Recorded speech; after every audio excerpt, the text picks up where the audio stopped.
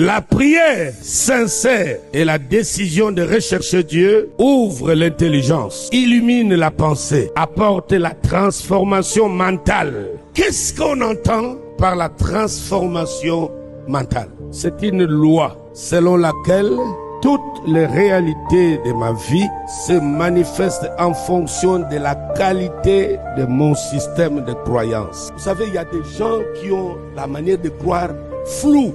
Tu le trouveras même parmi ceux qui se disent rachetés. Sa manière même de croire en Dieu. Tu dis, mais qu'est-ce qu'il peut attendre avec une telle manière de croyance? Qu'est-ce qu'il peut attendre d'un Dieu tout-puissant, El Elyon? Un système de foi bizarre.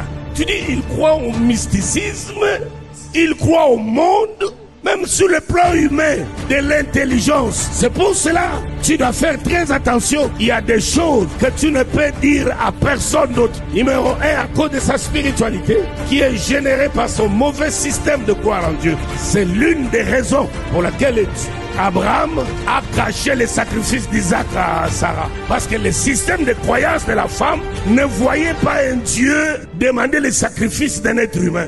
Personne ne pouvait convaincre Sarah. Il ne pouvait jamais voir un Dieu sacrifier un être humain. Ça, c'est le culte de Moloch. Numéro 2, un Dieu qui les a consolés en venant dans leur tente. Le Dieu pour qui elle a préparé. Le Dieu qui a mangé la recette d'une femme humaine. Et Dieu a lâché un mot, que Sarah aura un fils. Comment ce même Dieu-là vient encore demander le même enfant? Et Abraham s'est dit, avec ça, si j'ose lâcher, c'est fini.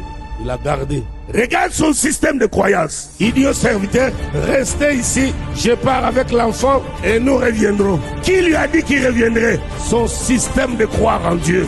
L'enfant lui pose la question, où est l'agneau? Écoute, il était dans un autre régime, dans une autre plateforme où il n'y a ni échec, ni abandon, ni reculade, ni peur. Il avait la monnaie capable de tout acheter, la foi. Une foi révélée, plus que les dollars et les euros, capable de tout acheter et de tout racheter, même son propre fils. Il était capable, il pouvait le racheter parce qu'Abraham était Dieu, Isaac était Jésus-Christ. Le tout est une question de système. Sur quoi est fondée tes convictions, ta foi, ta croyance? En quoi tu crois sur toi-même? Tu es quel type de femme? Quel type de fille?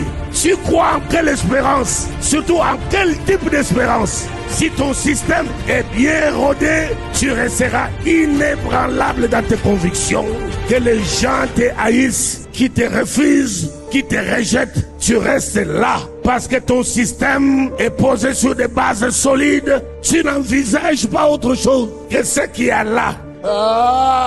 Ils sont partis et Abraham est revenu avec l'enfant comme si de rien n'était. Il a dit à ses deux serviteurs, retournons à la maison, sans qu'il ne se doute de rien de tout ce qu'il venait de vivre là-bas. Les pauvres serviteurs sont partis. Il a dit à son fils, l'Éternel pourvoira, et il a pourvu. Parce que sa manière de croire n'avait pas d'autre alternative. Wouh! Ah, Kassandarasitako, Rosokoroso.